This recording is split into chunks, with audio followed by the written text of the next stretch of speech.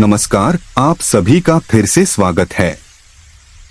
मैं एक प्रश्न से शुरुआत करना चाहता हूं। क्या आपके साथ भी कभी ऐसा दिन आया है जब आप एक काम से दूसरे काम में भागते हैं, अपनी टू डू सूची पूरी करते हैं और फिर भी अंत में खालीपन महसूस करते हैं? हाल ही में स्कूल में दाखिले के दिन मुझे भी ऐसा ही अनुभव हुआ। कर्मचारी अथक और पूरी मेहनत से काम कर रहे थे और मुझे एहसास हुआ कि मैंने तो धन्यवाद भी नहीं कहा था। यह सुनकर मैं सोचने लगा, क्या हम कभी कभी कृतज्ञता भूल जाते हैं क्योंकि हम मान लेते हैं कि यह अपेक्षित है या फिर सिर्फ भुगतान ही काफी है। इस पल ने मुझे आज के लूका के सुसमाचार मार्था और मरियम की कहानी की याद दिला दी। यीशु उनके घर आते हैं। मार्था बेचैन है, तैयारियों में उलझी हुई है। हालांकि मरियम चुपचाप यीशु के चरणों में बैठकर सुन रही है। जब मार्था शिकायत करती है तो यीशु कहते हैं, मार्था मार्था, तुम बहुत सी बातों से चिंतित और विचलित हो रही हो, एक बात जरूरी है। मरियम ने बेहतर हिस्सा चुन लिया है जो उससे छीना नहीं जाएगा। मरियम कुछ नहीं कर रही है, वह सबसे महत्वपूर्ण काम कर रही है। हंगामे के बीच यीशु की उपस्थिति। उनके चरणों में बैठना शिष्यत्व का एक आदर्श था, ध्यान, समर्पण और ईश्वर को अपने हृदय को आकार देने देना। 17वीं सदी के एक कार्मेली भिक्षु भाई लॉरेंस ने भी कुछ ऐसा ही अनुभव किया।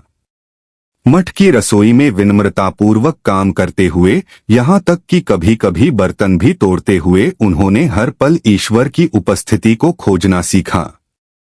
उन्होंने कहा, अपनी रसोई के शोर और अव्यवस्था में मैं ईश्वर को इतनी शांति से धारण करता हूँ मानो मैं पवित्र संस्कार के समय घुटनों के बल बैठा हूँ। मरियम की तरह उन्होंने भी काम के बीच भी आत्मा से यीशु के चरणों में रहने का चुनाव किया।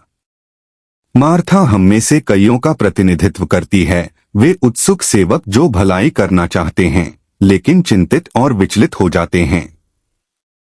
व्यस्तता स्वाभाविक है, लेकिन मसीह में दृढ़ हुए बिना कुछ महत्वपूर्ण चीज छूट जाती है। सेवा महत्वपूर्ण है, लेकिन ईश्वर की उपस्थिति में निहित होने पर इसका गहरा अर्थ मिलता है। एक राजा की एक पुरानी कहानी है जिसने सड़क पर एक विशाल शिलाखंड रख दिया। धनी व्यापारियों ने शिकायत की और उसके चारों ओर चले गए, लेकिन एक गरीब किसान ने पत्थर को हटाया और उसके नीचे सोने का एक थैला पाया। हमारी चुनौतियां और व्यस्तताएं अगर सच्चे मन से की जाएं तो खजाने छिपा सकती हैं, कृपा के अवसर। यीशु कहते हैं, एक बात जरूरी है, वे सेवा को नकार नहीं रहे हैं, वे हमें अपने सभी कार्यों को उनकी उपस्थिति की नींव पर स्थापित करने के लिए बुला रहे हैं। मरियम ने उस नींव को चुना और मार्था की तरह हम शांति से ईश्वर में निहित प्रेम से सेवा करना सीख सकते हैं। एक माली के बारे में सोचें, धैर्य और शांत पोषण के बिना पौधे पनप नहीं सकते, चाहे कितना भी प्रयास किया जाए। इसी तरह हमारे आध्यात्मिक जीवन को विकसित होने के लिए क्रिया और शांत पोषण दोनों की आवश्यकता होती है। तो आज हम इसे कैसे जी सकते हैं? पहला, हर पल में यीशु की उपस्थिति को पहचानें। दूसरा, साधारण कार्यों, ईमेल, खाना बनाना, पढ़ाना को ईश्वर के प्रति प्रेम के कार्यों के रूप में प्रस्तुत करें। तीसरा, मौन में सुनने के लिए जानबूझकर समय निकालें। जैसा कि मदर टेरेसा हमें याद दिलाती हैं, हृदय की शांति में ईश्वर बोलते हैं। हमें आत्माओं को छूने के लिए मौन की आवश्यकता है। इस हफ्ते मैं आपको प्रोत्साहित करता हूं कि आप हर सुबह कुछ मिनट निकालकर यीशु के चरणों में प्रार्थना करें और फिर अपना व्यस्त दिन उन्हें समर्पित करें। खुद से पूछें, इस समय सबसे जरूरी चीज क्या है? इसे अपने हृदय का मार्गदर्शन करने दें। आइए प्रार्थना के साथ समापन करें।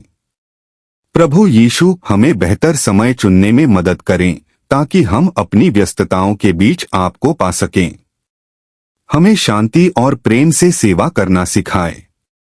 हमारे हृदय आपकी शांति में विश्राम करें और हमारा कार्य आराधना बन जाए। आमीन।